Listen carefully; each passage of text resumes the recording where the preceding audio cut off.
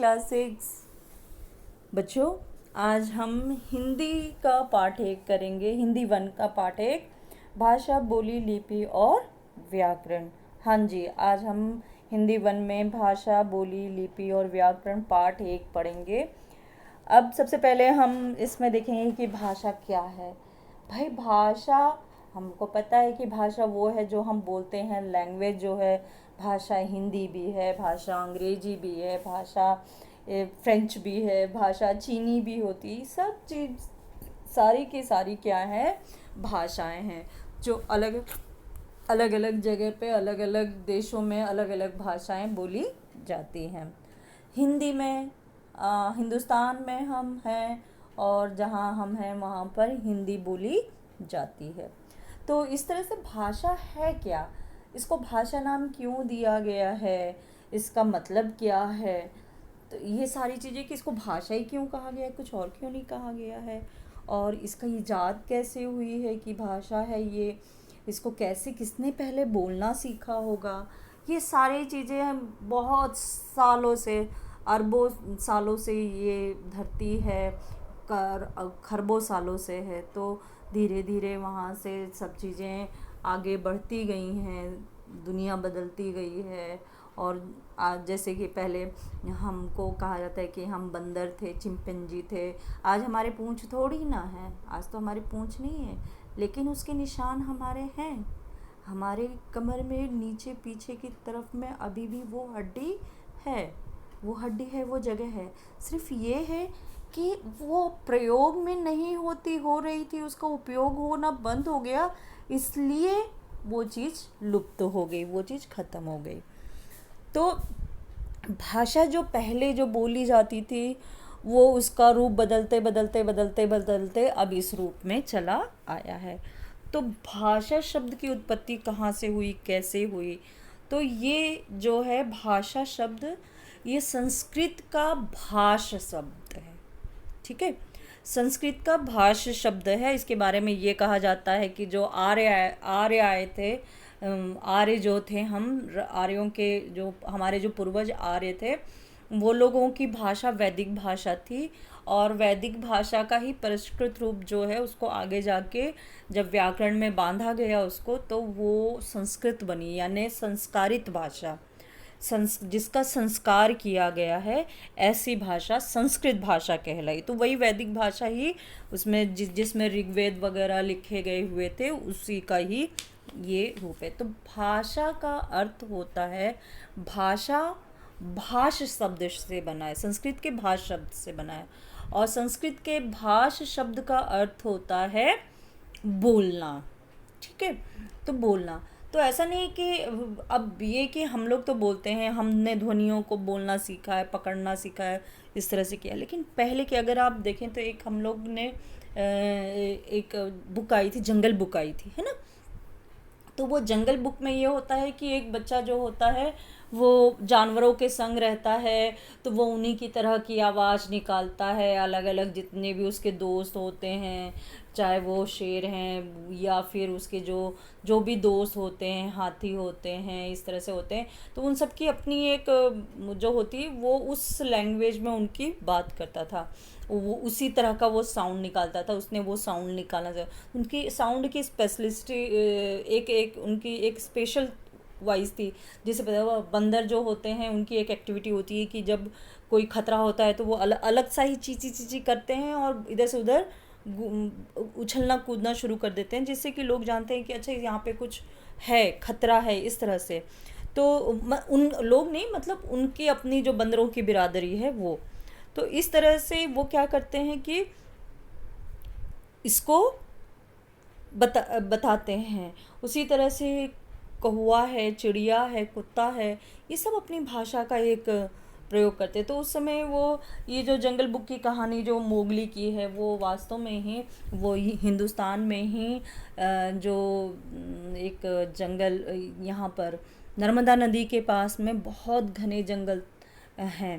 पहले भी थे, अभी तो उतने घने नहीं है, पहले बहुत ही दंडकार्य जंगल थे वहाँ पे। तो वहाँ पर एक बच्चे को, एक ब्रिटिश जो फॉरेस्ट ऑफिसर था, उन्होंने उसको देखा था कि एक बच्चा जो है वो जानवरों के बीच में रहता है, उन्हीं की तरह चलता है और उन्हीं की तरह साउंड निकालता है, उसके ऊपर, उसी के ऊपर वो जंगल बुक लिखी गई थी। तो इस तरह से तो वो उनके साथ रहता था, इसलिए उनकी तरह की बोली वो सीख गया था। हम अपनी भाषा का ये इसलिए करते हैं क्योंकि हम अपने परिवार में रहते हैं, तो हम अपने बड़ों को जैसा बोलते हुए सुनते हैं उसी तरह की भाषा का हम प्रयोग करते हैं, इसलिए वो हमारी भाषा हो गई है। तो मुख्य रूप से क्या है? मुख्य रूप से ये है कि भाषा का इजाद क्यों हुआ है। जैसे कि वो बंदर है, साउंड करता है तो बाकी बंदर उससे समझ जाते हैं, या फिर हम कुत्ता जो है, अगर वो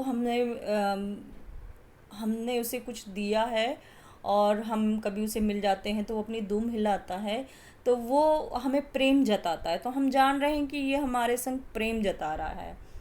ठीक है। कभी कभी कौवा जो है कहीं बैठ के बहुत ज़्यादा काँव काँव करता है, फिर उसके बाद में बहुत सारे कौवे आ जाते हैं, तो वो किसी को संकेत करता है, बताता है। तो ये क्या है? कम्युनिकेशन हो गया कि उसने उस साउंड के द्वारा अपने बिरादरी के लोगों को, अपने समाज के लोगों को आगाह किया है और वो सब इकट्ठा हो गए। तो इसका मतलब ये हो गया है कि जो मुंह से जो साउंड निकल रहा है वो एक सभी के समाज की अपनी एक साउंड है। तो जो हमारे मुंह से जो साउंड निकल रहा है, जो मैं आपसे बोल रही हूँ, ये एक साउंड है, ध्वनि है। लेकिन ये ध्वनि को हमें बोलना सिखा दिया गया है, आ गया है, दांत वगैरह हैं, इसलिए हम इस भाषा को बोल पा रहे हैं। तो ये जो भाषा है एक माध्यम है दूसरे तक अपनी बात पहुंचाने का। यानी हमारे जो मन में कोई भी विचार आते हैं, हमारे मुख से जो ध्वनियों का समूह निकलता है, एक साथ में गुच्छे के रूप में जो हमारे मुंह में से सब बातें, ध्वनियाँ निकल रही हैं, वही ध्वनि क्या होती है? वो भाषा होती है जहाँ पर हम अपने विचारों को व्यक्त करते हैं। तो इसका मतलब ये हो गया कि भाषा एक ऐसा माध्यम है जो हमारे भावों को अभिव्यक्त करता है। अब भावों को अभिव्यक्त कर माध्यम क्या होता है? जैसे कि भाई मैं दुकान पे गई और मैंने 10 रुपये दिए और कहा भैया मुझे चॉकलेट दे दीजिए। ठीक है, तो उसने मुझे चॉकलेट दे दी। क्यों? क्योंकि उसने जो, अगर मैं उसे जाके सीधे ये कहती कि भैया मुझे चॉकलेट दे दीजिए, तो मुझे चॉकलेट नहीं देता। क्यों नहीं देता? क्योंकि मैंने उसे पैसे नहीं दिए थे। ठीक है, तो वो पैसा जो है क्या है? माध्यम है इस बात का कि मैं चॉकलेट खरीद रही हूँ और वो चॉकलेट बेच रहा है। तो इस तरह से हम दोनों के जो भाव हैं वो हमने आदान प्रदान उसमें किए, लेकिन रुपया उसमें माध्यम है। तो इसी तरह से जो भाषा है वो हम माध्यम है हमारी अभिव्यक्ति का, हमारे विचारों के व्यक्ति का। अगर मुझे दर्द हो रहा है, मुझे नींद आ रही है, मुझे भूख लगी है, तो मैं बोल के बताऊंगी ना, तभी तो कोई जानेगा। अमा करेंगे या ऐसे ऐसे पेट पे हाथ लगाएंगे तो किसको समझ में आ रहा है कि पेट में हाथ लगाने से भूख लगी है या पेट में दर्द हो रहा है ना? तो हम बोल के बताते हैं। तो इस तरह से समझ में भाषा आती है। तो यानी कि वो भावों की अभिव्यक्ति है, भाव जो कहे जाते हैं, जो हमारे मनों में विचार चलते हैं उन भावों को, तो उसका हम ध्वनियों के द्वारा, अंग प्रदर्शन के अंग शारीरिक क्रियाओं के द्वारा, हाव भाव के द्वारा, संकेतों के द्वारा हम उसको बताते हैं कि। तो इस तरह से भाषा एक माध्यम हो गया है जिससे हम अपने विचारों को एक दूसरे को आदान प्रदान करते हैं, यानी एक दूसरे को बताते हैं, लेना देना करते हैं, एक दूसरे का हम वो करते हैं।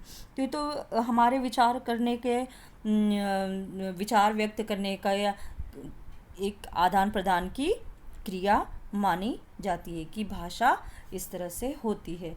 तो भाषा जो है वो एक साधन है, एक माध्यम है जिसके द्वारा हम अपने भावों और विचारों को अभिव्यक्त करते हैं। तो जो मुख से निकलने वाली जो ध्वनियों का गुच्छा है, या मुख से निकलने वाली जो बोली है, वो क्या हो गई है?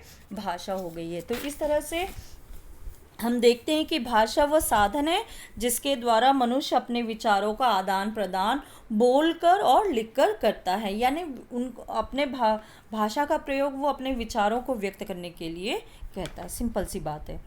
इस तरह से भाषा के दो रूप हो गए हैं।